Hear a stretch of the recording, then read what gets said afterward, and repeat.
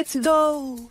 Tune in for the infamous morning show, giving the news that you need to know. So don't you dare miss a wake-up call. Then in the evening, I got all for y'all. Get your dose of daily vitamins. You know the queen makes it make sense. So true.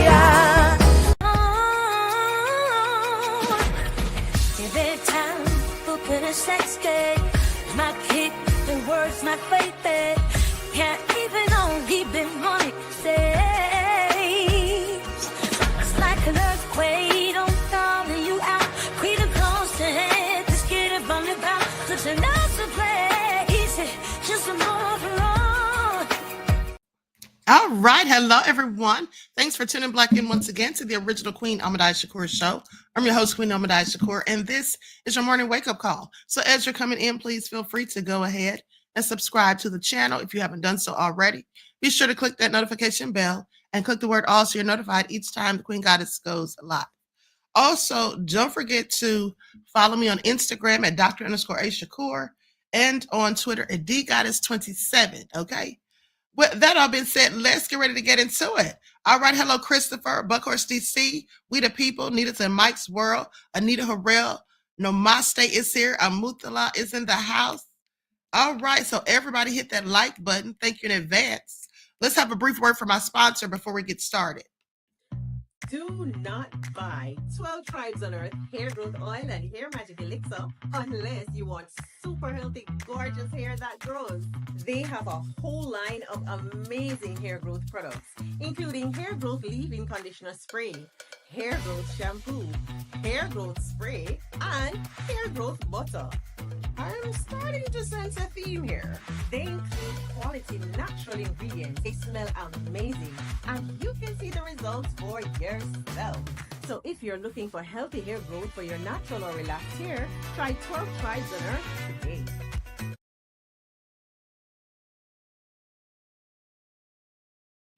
Okay, and don't forget you can purchase 12 Tribes at Etsy.com. Just look for Lisa Crafts, and you can also find it at Walmart.com. Now, Diddy had a brief message for you guys. Hold up, let me go ahead and play this real quick. Hit us up. You know what I'm saying? Don't nobody rock like you, baby. Check this out. So check this out. I need to make sure everybody knows there's been a lot of talk about the smoke that anybody wants. I just want to let y'all know my catalog is not regular. It's a resume of things. From the day I entered this game at 19, you gonna have to deal with all those hits from Dolly My Baby to Jodeci to Mary, a plethora of genres. And a resume. Leave me out of it. Leave me out of it. No, check this out. Come first, anybody. Hey, yo, that's it. Anybody, y'all can team up together. That's what it is, though, because I'm going to take you through a groove. We in the bad boy hour. I'm just playing my shit. I'm just playing my shit.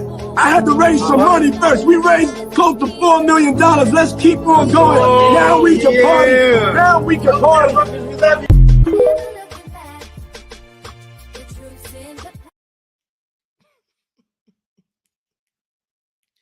Okay, well, Diddy won't be partying or going anywhere anytime soon.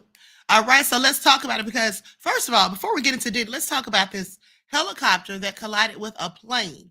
Okay, so let's go to a live update on that because this happened on yesterday. And Lisa Cabrera called me and told me about it. Here we go.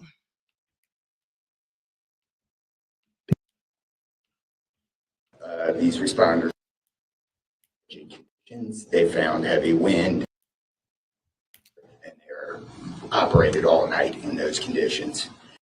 Take a moment to acknowledge the agencies that responded in addition to DC Fire and EMS and Metropolitan Washington Airports Authority, Montgomery County Fire Department, the Prince George's County Fire Department, the Charles County Fire Department, the Baltimore County Police Department, the Anne Arundel County Fire Department, the Alexandria Fire Department, the Arlington County Fire Department, the Fairfax Fire Department, the Prince William Fire Department, the Baltimore City Police Department, the Maryland State Police, the Maryland Natural Resources Police, the Department of Defense, the Joint Base and Bowling Fire Department and the staff there, the U.S. Army, the U.S. Coast Guard, the United States Park Police, the Metropolitan Police Department, the FBI, and the NTSB. Despite all those efforts, we are now at a point where we are switching from a rescue operation to a recovery operation. At this point, we don't believe there are any survivors from this accident. And we have recovered 27 people from the plane and 1 from the helicopter. The district office of the medical examiner has lead on reuniting these bodies and these people with their loved ones, and we will continue to work to find all the bodies and collect them and reunite them with their loved ones. We should also acknowledge that the Virginia medical examiner and the Army medical examiner are involved in this operation and a very important part of getting the people identified. So.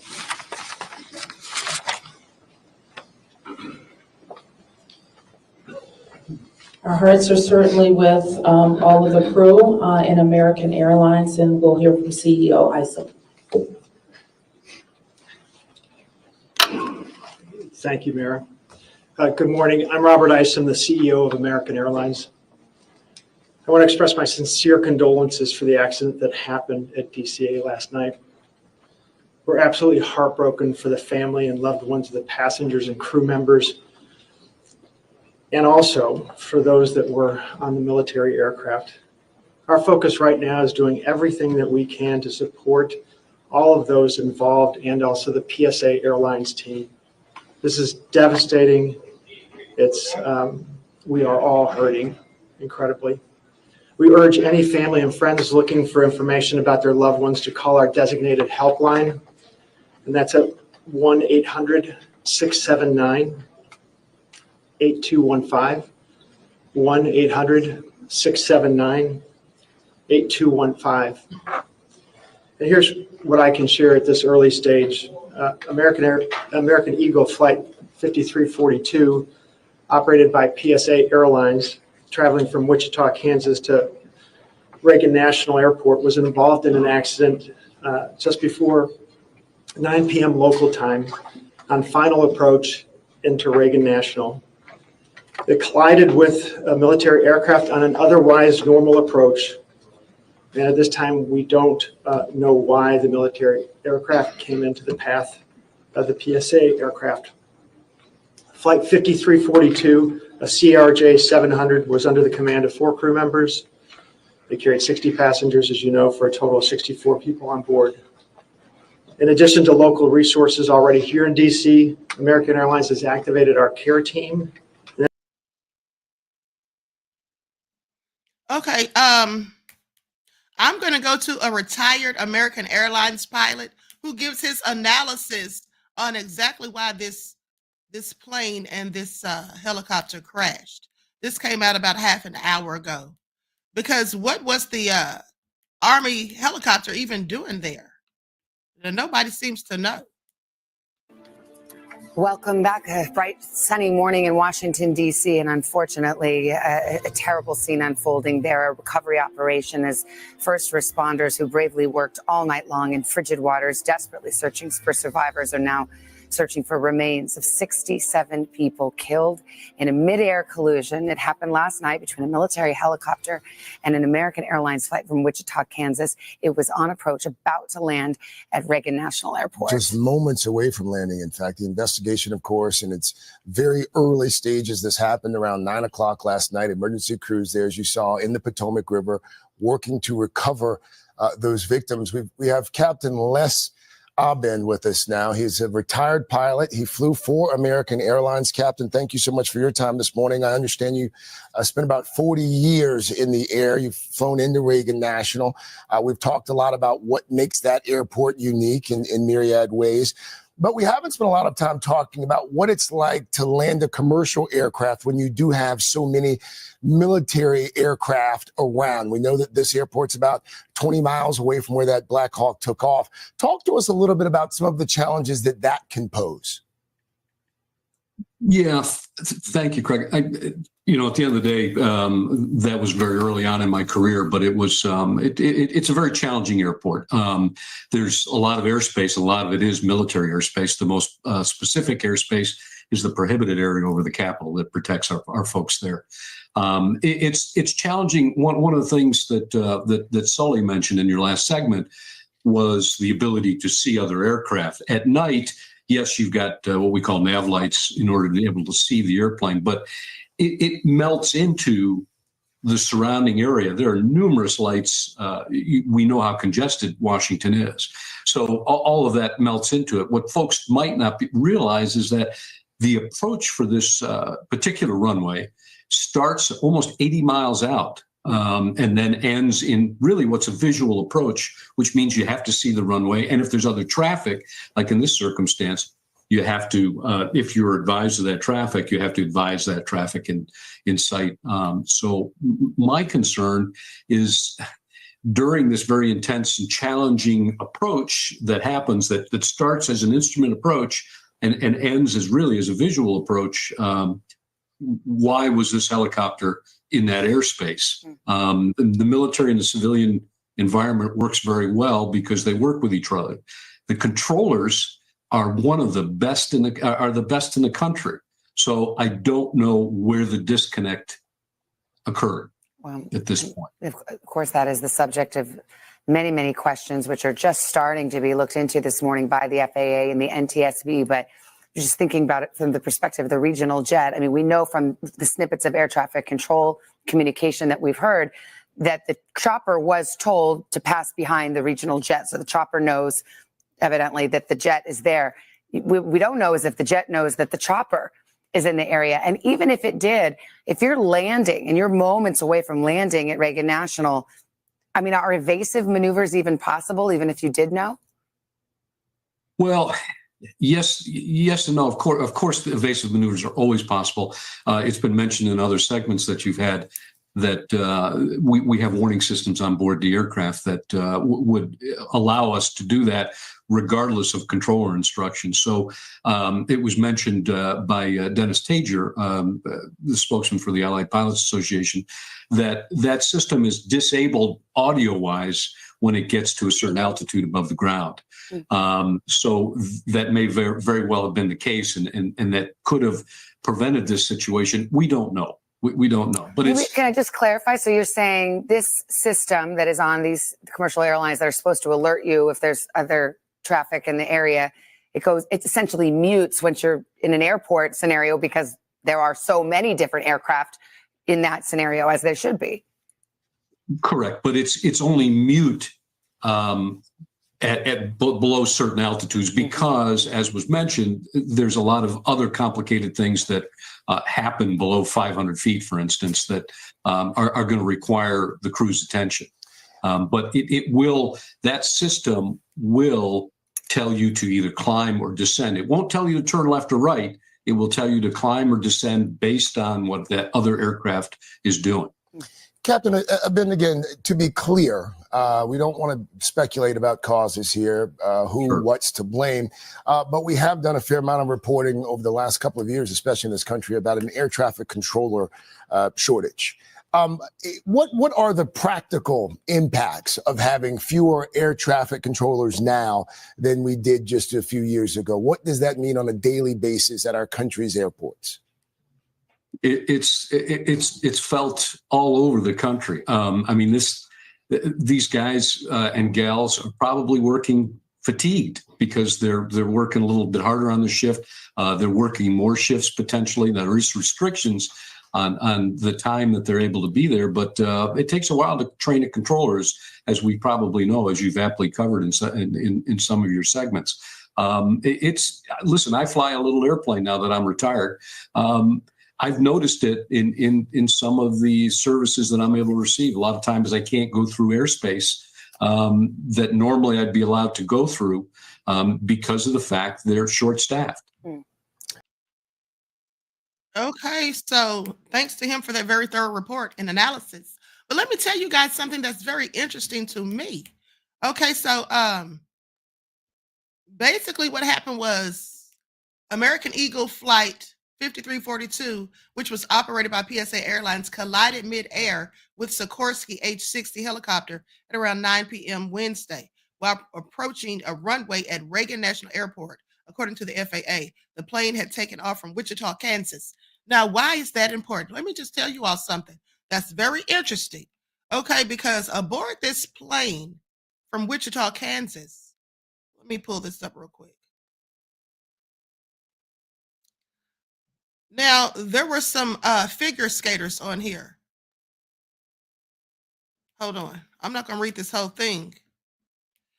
But they say in this report, they're sending out divers and all of that because it crashed into the Potomac River. But they presume that everyone is dead, no survivors at this point. Describing the first response scene, Murillo said helicopters could be seen flashing lights down toward the water near Joint Base Anacostia, balling, adding that there are between 3 and 4 areas like along the Potomac River being searched by authorities. Now, it's unclear what they're doing at each site due to the distance. I can't really tell. It could be where they're letting boats into the water, but in some spots you're seeing so many emergency vehicles in one spot. Okay, in one spot it would seem just that there's also search and recovery going on as well. As operations remain ongoing, cold water warnings issued by the National Weather Service remain in effect. Temperature readings at the Potomac River range from 35 degrees on Wednesday. Okay, let me skip past all of this. Now, here's what they say. They say, U.S. figure skating said in a statement that several members of their community were on the plane. They say these athletes, coaches, and family members were returning home from the National Development Camp held in conjunction with the U.S. Figure Skating Championship in Wichita, Kansas. Now, why is that important? Well, because in 1961, February of 1961, an entire U.S. figure skating team died in a plane crash on February the 15th of 1961. The plane, Sabina Flight 548, was carrying the team of the World Figure Skating Championships, okay, in Prague, Czechoslovakia. Along with the team, 16 family members, coaches, and friends of the skaters all died in that crash. But also, one of the victims, or one of the, not victims, one of the people who spoke about this flight said that some of their people from Wichita, Kansas, who were on the skating team, died in 1961 in a plane crash. So I thought, and maybe they were aboard that same plane, but I thought that was very interesting. Isn't that crazy? Both planes had something to do with Wichita, Kansas, and their skaters were aboard. And here's the thing. The man who spoke about this said that after that happened in 1961, like their whole skating team went downhill because all of the best coaches that they had, they were like some of the pick of the litter. And after they died, it took a long time for them to regroup. And now here we are, some similar thing happening again. Now that's real crazy. Okay, it almost reminds me of Final Destination. But you want to know what else is crazy, beloveds? I was talking to my chief moderator probably about 10 days ago, and I was telling him that I kept having this dream about a helicopter crash. Now, when I was having this dream, I'm thinking that it's something about Kobe Bryant because Kobe died in a helicopter crash, right? But just to verify what I'm saying, let me show you all something because I'm like, why am I dreaming about a helicopter crash? Okay, then I thought about Kobe. Then I thought about how it's coming up to the anniversary because Kobe died in a plane crash. It was January the 26th. And we were coming upon January 26th. So I thought, well, maybe it has something to do with Kobe Bryant. So I started doing some research on Kobe. And in fact, I'm going to go to the email so you all can see the timestamp so nobody thinks the queen is lying about her visions. And I actually looked up Kobe Bryant's autopsy report. Okay, and so please pay attention. As you can see, this is my email. Now I'm going to type in Kobe's name. You see that? As soon as I type in his name, it says Kobe autopsy, January 20th. Kobe photos, January 20th. Kobe's body, January the 20th. Why was I doing all that research on Kobe? Which I'm going to actually pull up the autopsy report because I found something interesting during this research. Okay? During this research. So I think that this helicopter crash is what I was seeing in my dream. When I was thinking about Kobe, and because, like I said, this was on the 20th, and I knew that Kobe had passed away on the 26th of January. So I thought, well, maybe because the anniversary is coming up or something. But anyway, let's go to this autopsy report because I found it to be absolutely interesting. Because I didn't know all of this. Okay, likes up, everyone, please like and share.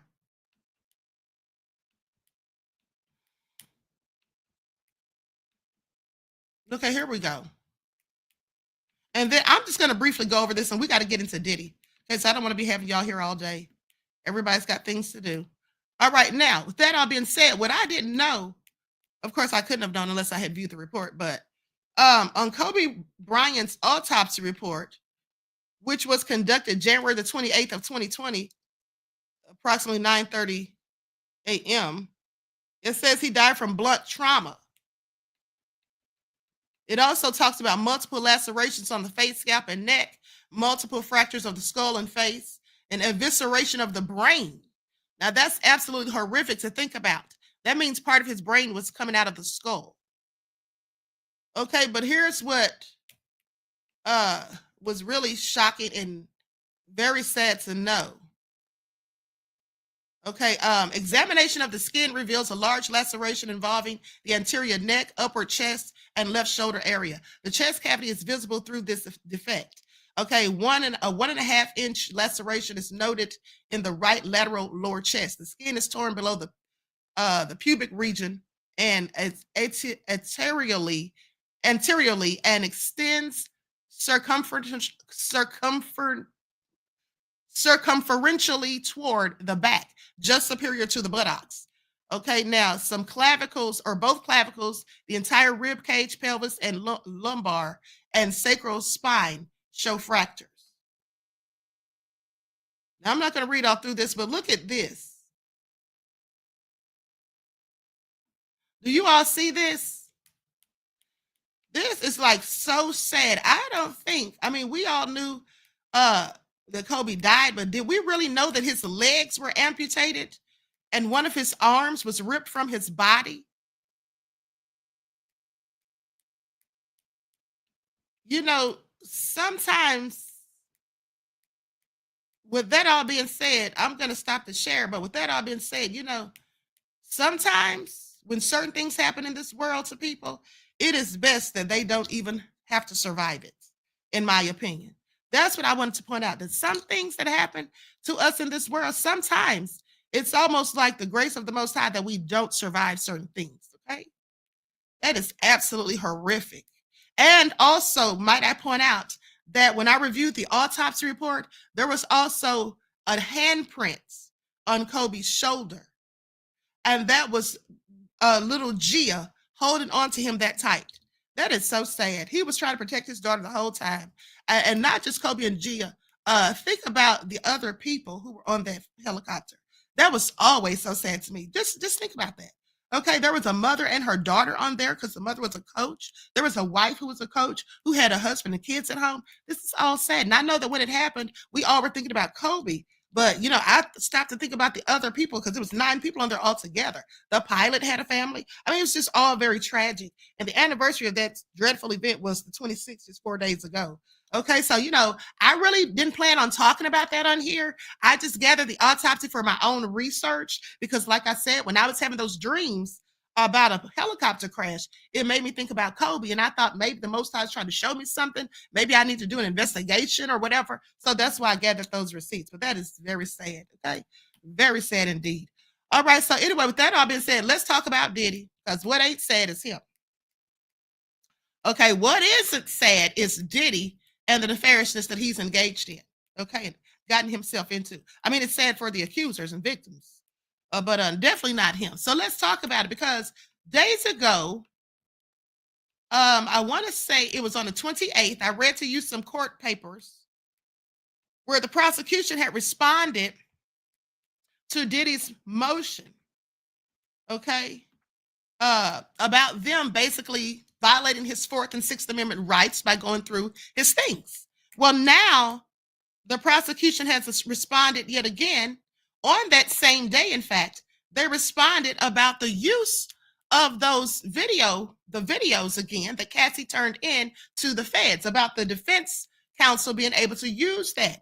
And I want you all to pay attention, because like I told you all, when there was people out here reporting that Diddy was showing the freak off tapes in jail, I knew that was ridiculous. I mean, you have to really ask yourself sometimes when people report on certain things, do they have any common sense, or are they just trying to be so desperate to get stories out here that they'll just say anything to get a click or a view? Okay, I want y'all to pay attention. How did anybody possibly believe that? But I digress. Okay, so it says, excuse me, Dear Judge Subramanian, the government respectfully writes in response to the defendant's motion to modify the terms of the protective order to require the government to electronically produce certain videos described in paragraphs 12A and 12C in the indictment, the inspection-only videos. Now, the court should deny this request based on their content alone. Good cause exists for the protective order's current designation of these highly sensitive videos as available for inspection only. Moreover, the necessity of stringent protections for the videos is underscored by the defendant's blatant disregard of the protective order in his motion, which subjectively described the content of the inspection-only videos without proper redactions. So basically said that they didn't even redact the things that they should have redacted. So how can we trust them to have anything to do with these tapes? So indictment was filed on September the 12th of 2024 after a grand jury found probable cause that the defendant had committed racketeering conspiracy in violation of U.S. statute 18 U.S.C. statute 1962, as trafficking in violation of 18 U.S.C. statute 1591 and 2 and 3 interstate transportation, to engage in prostitution in violation of 18 U.S.C. statute 2421 A and 2.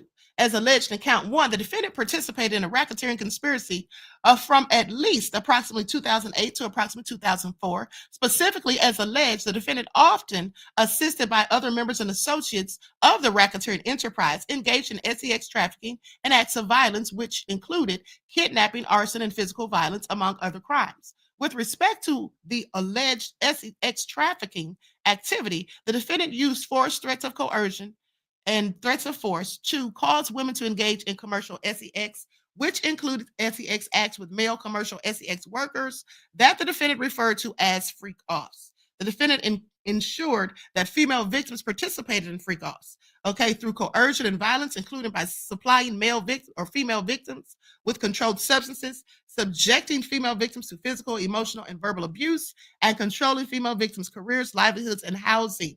The defendant also filmed and kept videos of victims engaging in FOs and used these sensitive and embarrassing recordings as collateral to ensure the continued obedience and silence of victims. Now, on September the 16th of 2024, the defendant was arrested in connection with the aforementioned charges, and the indictment was unsealed the following day. Shortly after the defendant's arrest, the parties began negotiating the terms of the protective order. Those negotiations included discussions about how sexually explicit videos and images, including those depicting FOs, should be classified under the protective order. Now, throughout those negotiations, the government balanced the defendant's reasonable request to be able to review the sexually explicit videos with his counsel against the need for appropriate protections for the videos, given their extreme sensitive nature. In particular, the government communicated to the defense that the consistent with the Crime Victims' Rights Act, CVRA, a small subset of these videos, 10 videos in total, the inspection-only videos, this part is blacked out, required particular protection. The government noted that victim 1 had specifically requested that the inspection-only videos not be electronically shared or reproduced in order to protect victim 1's privacy. Now, the inspection-only videos were recovered from an electronic device that victim 1 had provided to the government. The videos vary in length, but total less than 2 hours of footage. Now, on October the 4th of 2024, the parties agreed to the protective order.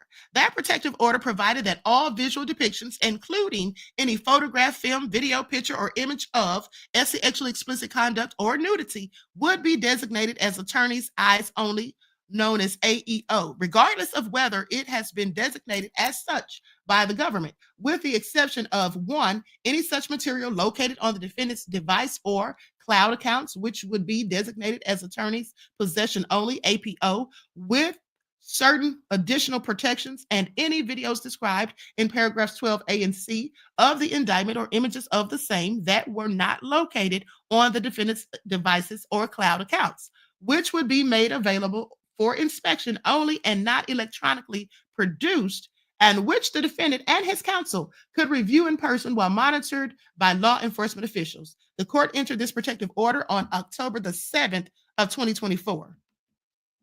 The motion notes that there are only 9 videos designated as inspection only. However, the government identified a 10th such video, of which it notified defense counsel on December the 16th of 2024. Specifically, it provided that the defendant may view the materials under the following agreed upon conditions.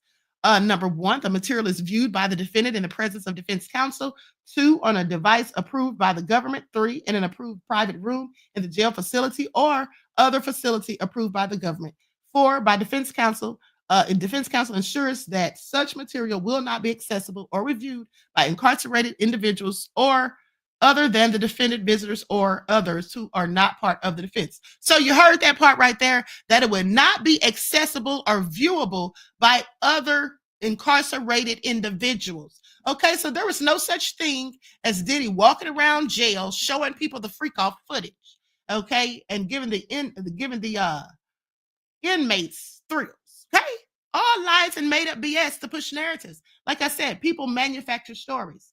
Okay, now a few weeks after the protective order was entered, the parties scheduled time for the defendant and defense counsel to view these inspection-only videos. The defendant viewed the inspection-only videos on both November the 20th of 2024 and December the 13th of 2024, consistent with the terms of the protective order. The defendant has not made any additional requests to view the inspection-only videos.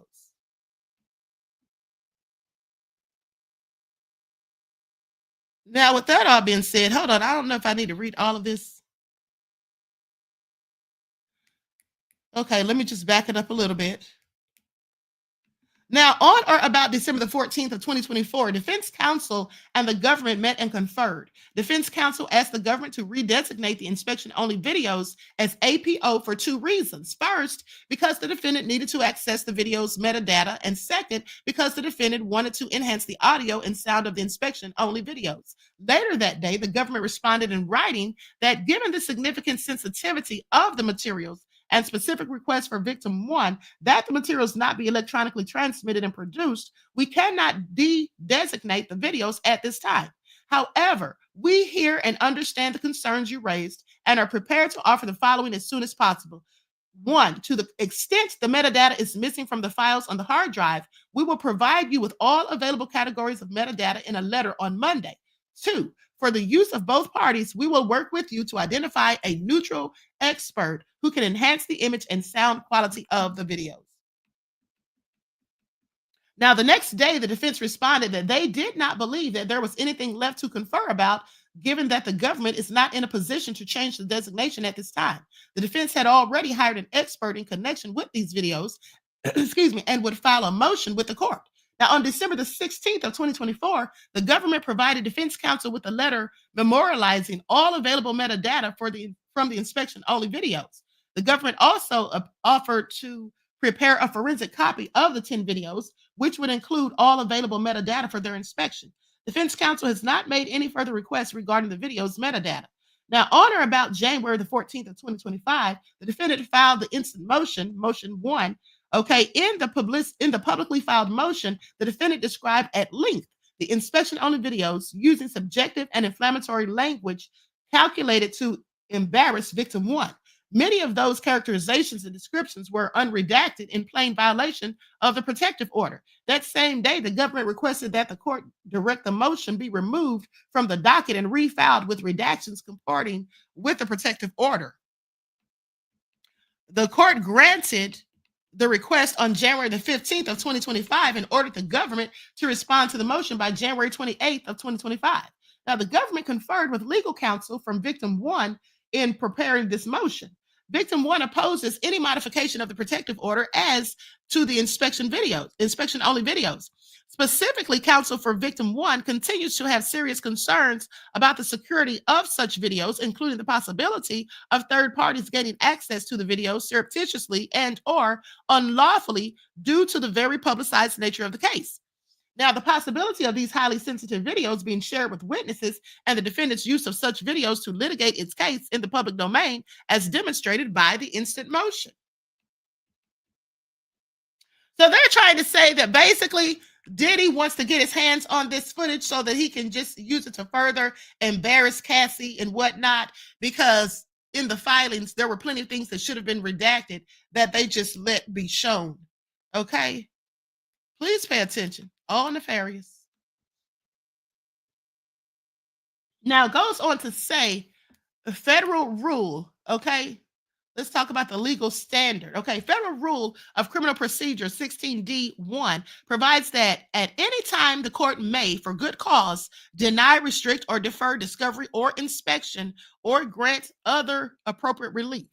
Okay, and then they reference the terrorist bombings of the U.S. embassies.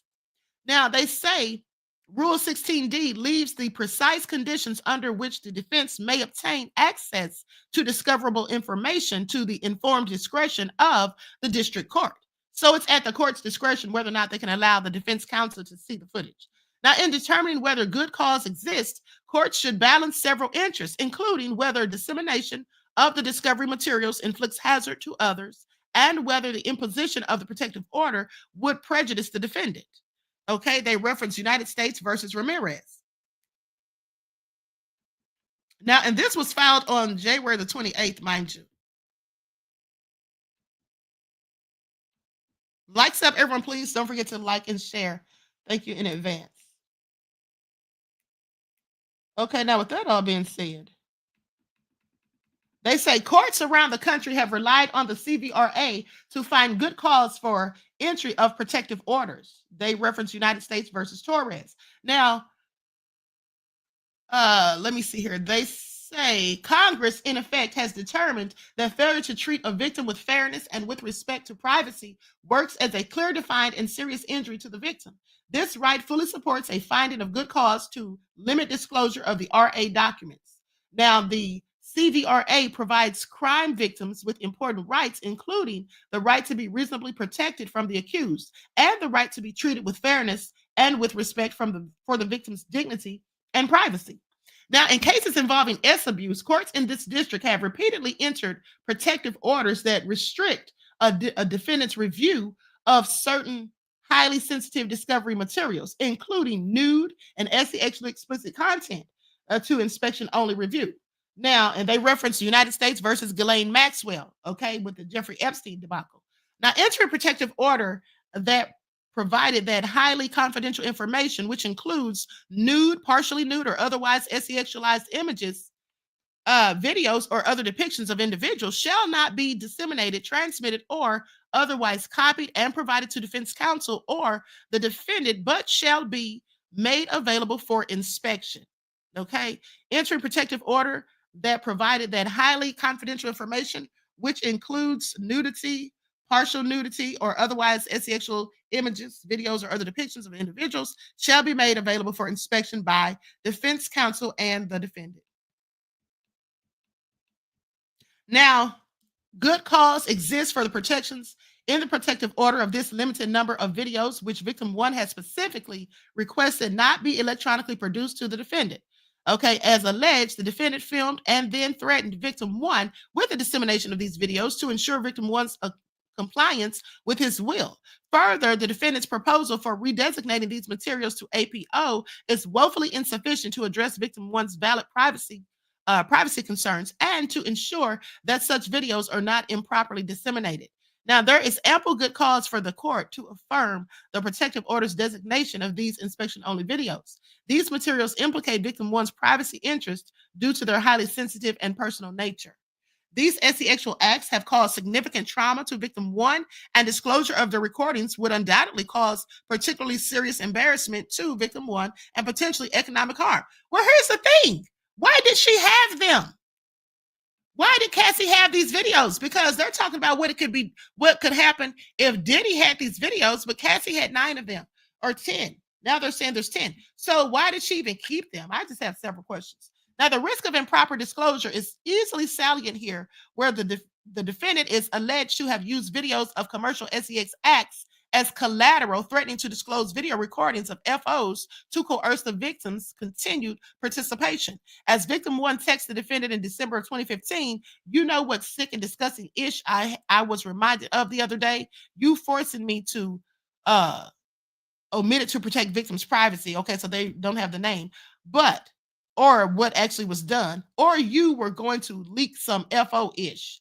Bail hearing September the 18th of 2024. Now, in addition, in a text message from a different victim significantly after 2015, the victim wrote saying, he just threatened me about my sex tape that he has of me on 2 phones. He said he would expose me. Mind you, these sex tapes were where I was heavily drugged and doing things he asked of me for the past 3 years.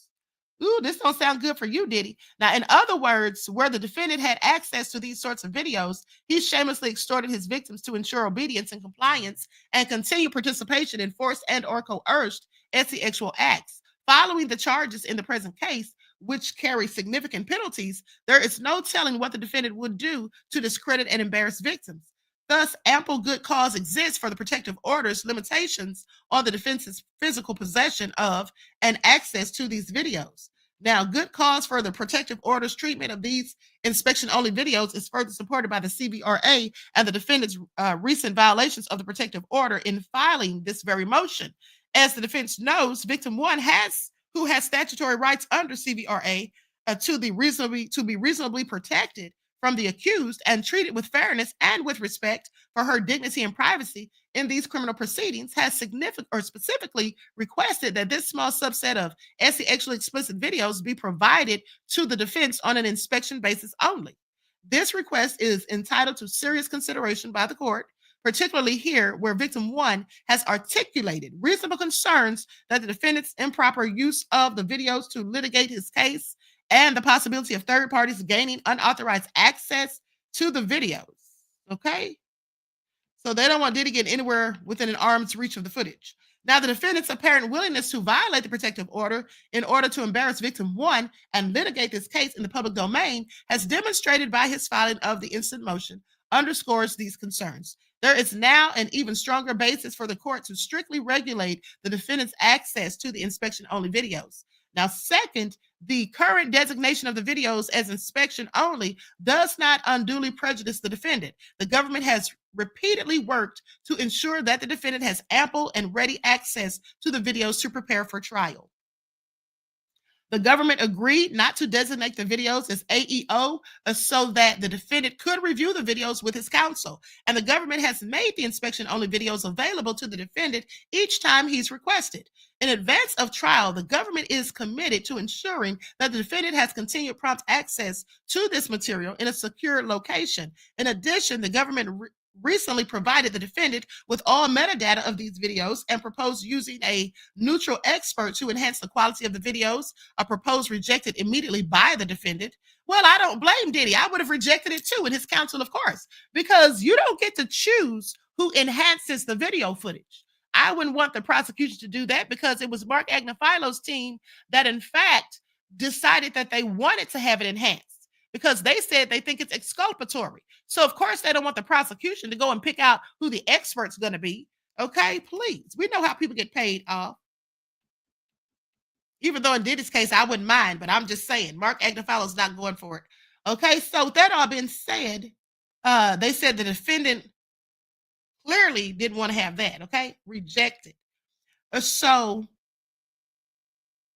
they say that, for example, the government is amenable to having an expert retained by the defendant view the videos under the same circumstances as the defense may, i.e. for inspection in a controlled setting.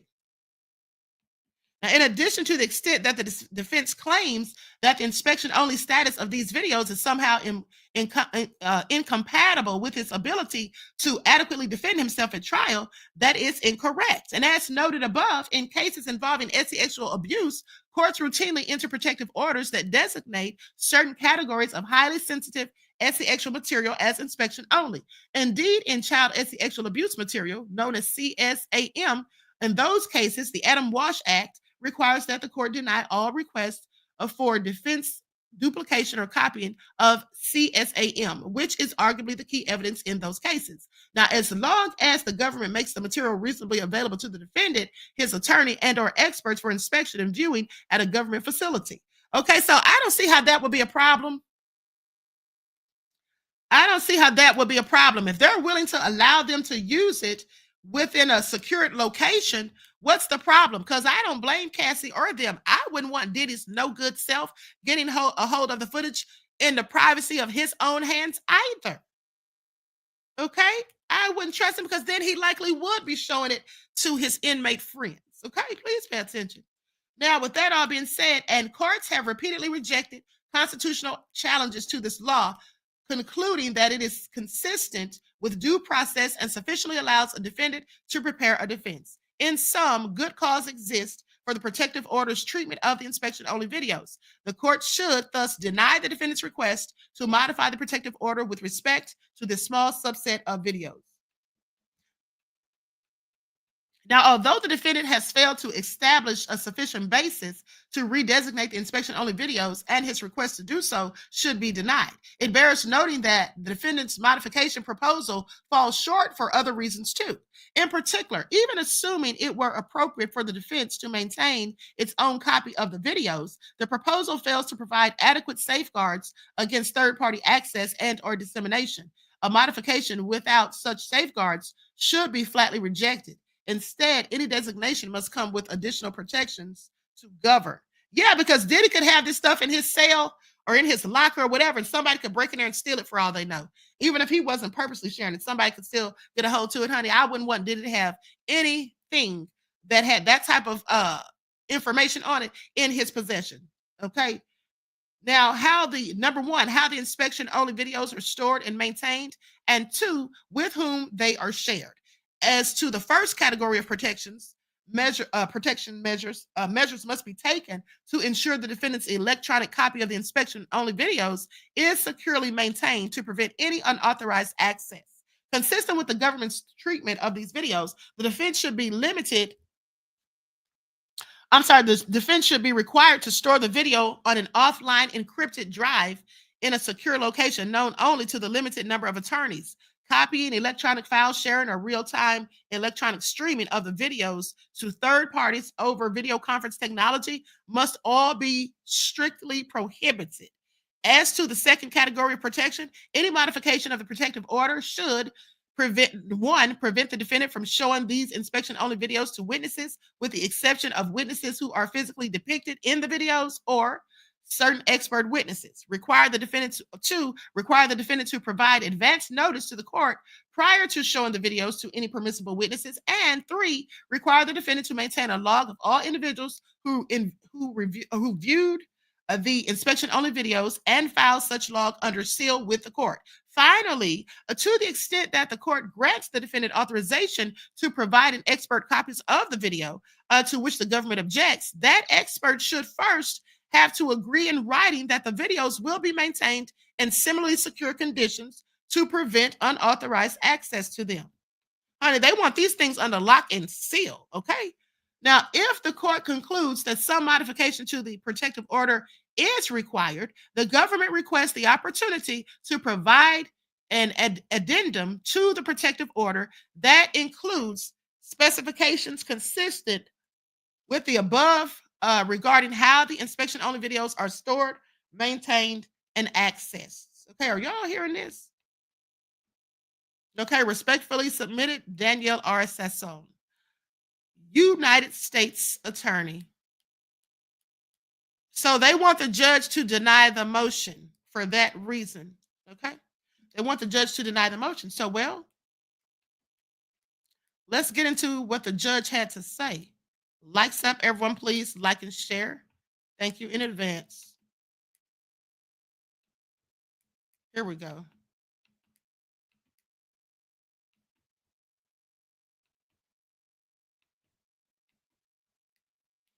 All right.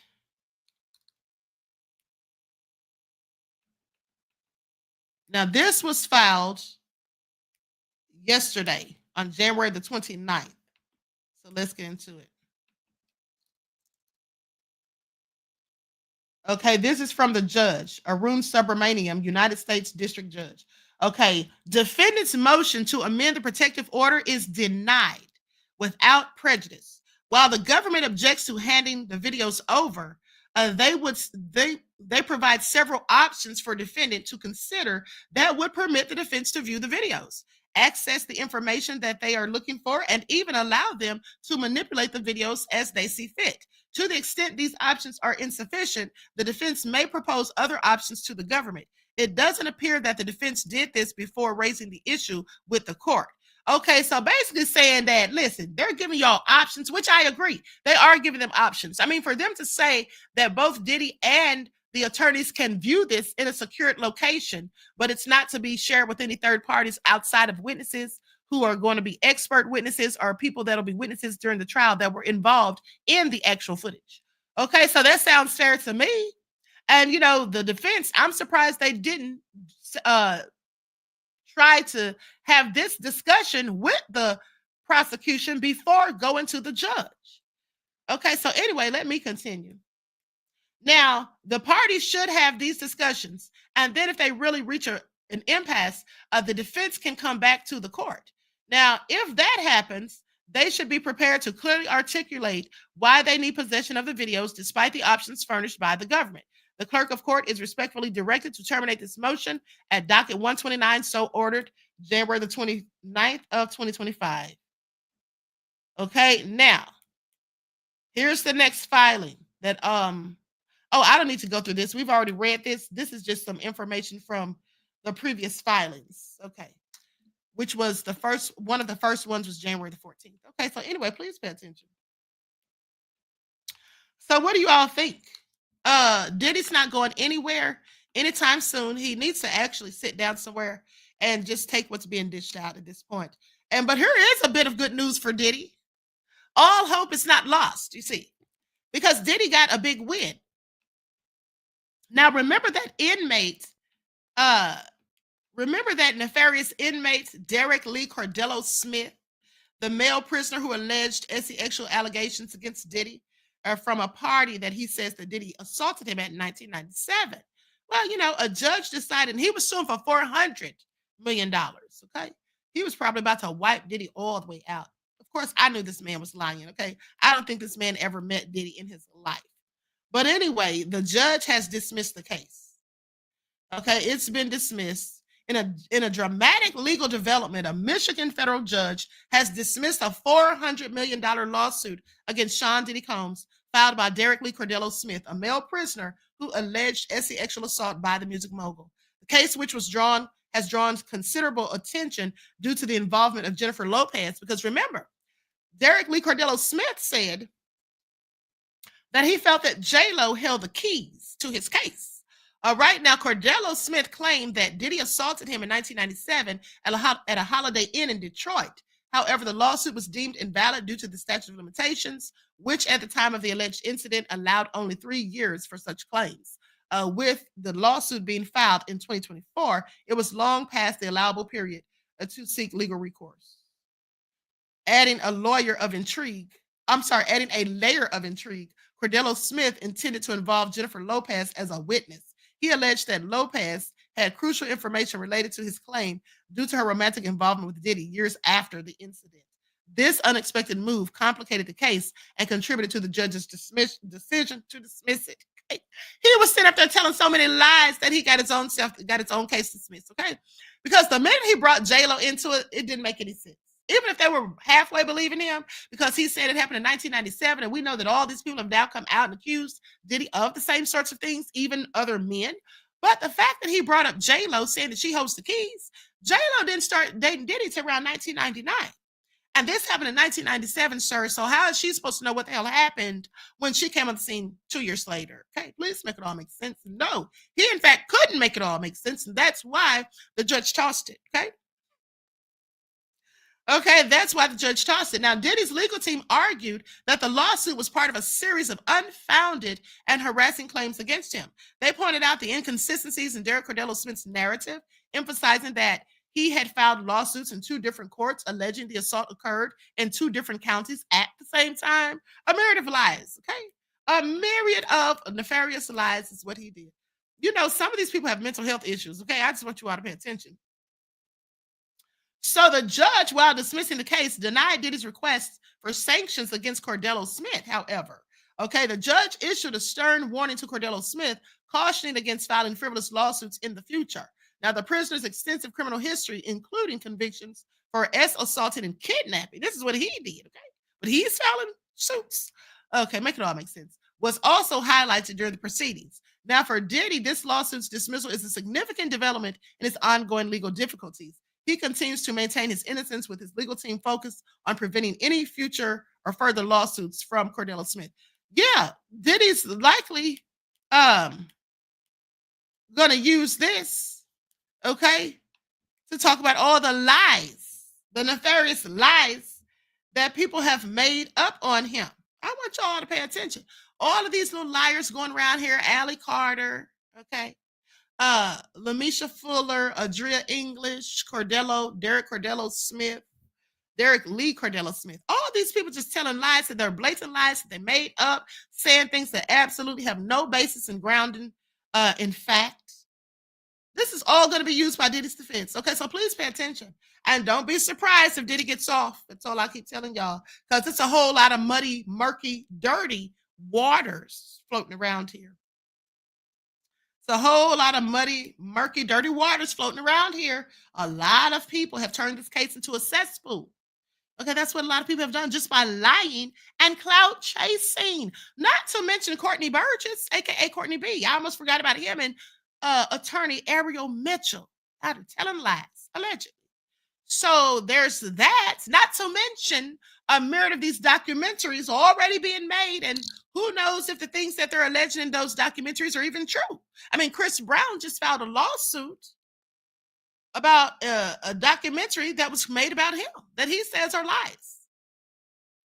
All right. And, you know, Ariel Mitchell has some ties to that because she filed a frivolous lawsuit against Chris Brown herself as well as Trey Songz. So I just want you all to pay attention and don't be in for a shock if Diddy gets off. All right. Don't be in for a shock. That's all I'm saying. All right.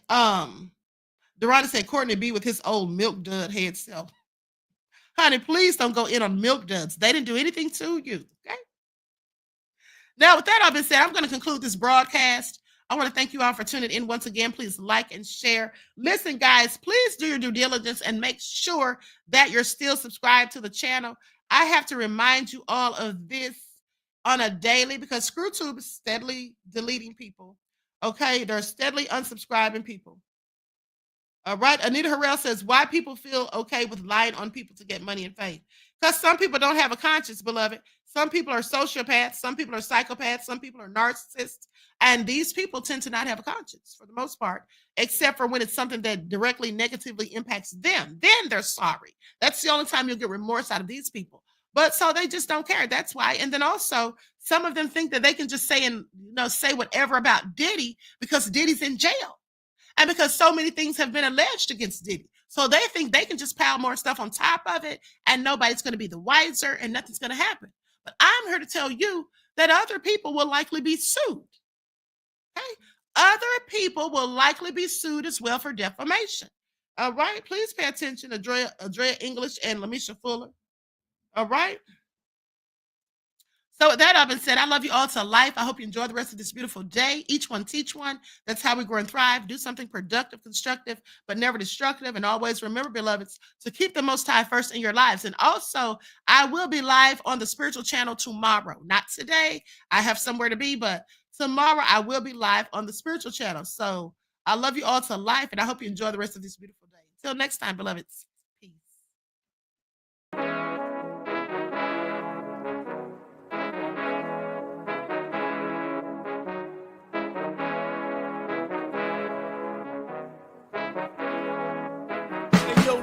Hit him with that flavor. Gold all in my skin, God all in my blood. Kings all in my circle, you touch one of mine and you're done. They show no love for the queen, why you hating on me? Is it cause I'm free and I got Malcolm X in my jeans? I got dreams like King Luther, shed blood like Kunta. You ain't helping my people, I ain't got nothing to say to ya. I want all the smoke like hookah. Talking reparations, America won't be great until they give us compensation. I'm like, I'm the hottest right now. That's See right. a bunch of lames out here trying to jock on my style. They be doing too much. I'm the queen, it's too easy. It's like they all at Popeyes, how they be talking so greasy. Real slick. I just sit back and laugh while these haters get madder. So nefarious how they don't want my pockets with cheddar. I tell them they can do better. These snakes in the grass can leave a bite on your ass, cause y'all be trusting too fast. I got my foot on the gas, other one on they necks. Dropping receipts on haters, you better show some respect. I'm never facing regrets, we only facing the threats. Running through every challenge like a relay, break no sweat. It's a cold game, so I got that blanket with me. Now that my people awaken, ain't no going to sleep. I do not play by my piece, this time I'm playing for keeps. You talking slick, but when I see you like them ends, we gon' meet. And I got gold all in my skin, God all in my blood. Kings all in my circle, you touch one of mine and you done. They show no love for the queen, why they hating on me? Is it cause I'm free and I got Malcolm X in my jeans and I got gold all in my skin, God all in my blood. Kings all in my circle, you touch one of mine and you done. They show no love for the queen, why they hating on me? Is it cause I'm free and I got Malcolm X in my jeans and I got